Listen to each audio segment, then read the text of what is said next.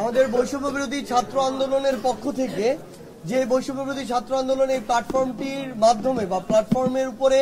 বাংলাদেশে এই একটি অভ্যুত্থান সংগঠিত হয়েছে, সেই প্ল্যাটফর্মের ডাকে আসলে আমাদের যে প্রোক্লেমেশন অফ জুলাই রেভলিউশন, এটির আমাদের আজকে অর্থাৎ আমাদের 31শে ডিসেম্বর 3টায় শহীদ মিনারে এই ঘোষণাপত্রটি আসলে আমাদের আসার কথা ছিল। কিন্তু আমরা ইতিমধ্যে আমাদের জায়গা থেকে যে জিনিসটি দেখেছি যে বাংলাদেশের যে অন্তর্বর্তীকালীন সরকার তার জায়গা থেকে পুরো বাংলাদেশকে একটি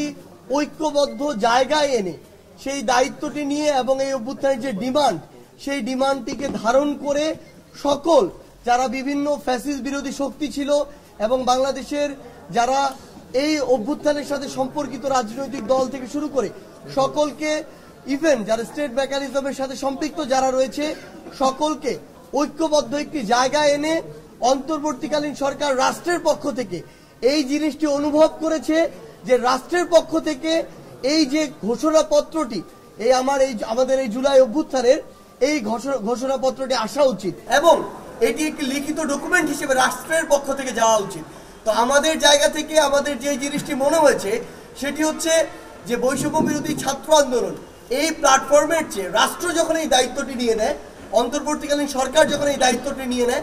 আমরা আমাদের জায়গা থেকে এই বিষয়টিকে সাধুবাদ জানাই এবং স্বাগত জানাই। আমরা আমাদের জায়গা থেকে মনে করি যে বৈষম্য বিরোধী ছাত্র আন্দোলন যেমন এই অভ্যুত্থানে ঐক্যের প্রতীক হিসেবে ছিল, একইভাবে রাষ্ট্র এবং অন্তর্বর্তীকালীন সরকার সকল স্টেক হোল্ডারগুলোকে একটি ঐক্যের মধ্যে এনে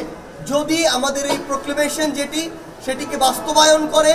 এবং সেটি আমাদের সংবিধানের প্রিএম্বল হিসেবে অন্তর্ভুক্ত হয়, তখন এটির যে স্থায়িত্ব, এটির ন্যাশনাল ইন্টারন্যাশনাল যে অ্যাকসেপ্টেন্স এবং এটির যে সাস্টেইনেবিলিটি সেটি একদম স্থায়ী হয়। এবং আমরা সেই জায়গা থেকে মনে করি যে আমাদের অবশ্যই এই বিষয়টিকে স্বাগত জানানো উচিত। জুলাই আগস্টে সংগঠিত গণ অভ্যুত্থানে ছাত্র জনতার স্বতঃস্ফূর্ত অংশগ্রহণের মধ্য দিয়ে আবির্ভূত জন আকাঙ্ক্ষা তথা ফ্যাসিবাদী ব্যবস্থার বিলোপ ও নতুন রাজনৈতিক বন্দোবস্ত কায়েমের প্রতিশ্রুতির ভিত্তিতে নতুন বাংলাদেশ এক ঐতিহাসিক পটভূমিতে আবির্ভূত হয়েছে। হাজারো শহীদ ও আহত যোদ্ধাদের আত্মত্যাগের স্বীকৃতি ও জন আকাঙ্ক্ষার দলিল স্বরূপ জুলাইয়ের ঘোষণাপত্র অত্যাবশ্যক ছিল। এই ঘোষণাপত্র প্রণয়নের ঐতিহাসিক দায় জুলাই গণ অভ্যুত্থানের নেতৃত্ব দানকারী সংগঠন বৈষম্য বিরোধী ছাত্র আন্দোলনের উপর বর্তায়। নানা প্রতিকূলতা সত্ত্বেও আমরা বৈষম্য বিরোধী ছাত্র আন্দোলন বাংলাদেশের ছাত্র জনতার পক্ষে এই ঐতিহাসিক ঘোষণাপত্র প্রণয়ন ও ঘোষণার দায়িত্ব গ্রহণ করেছি।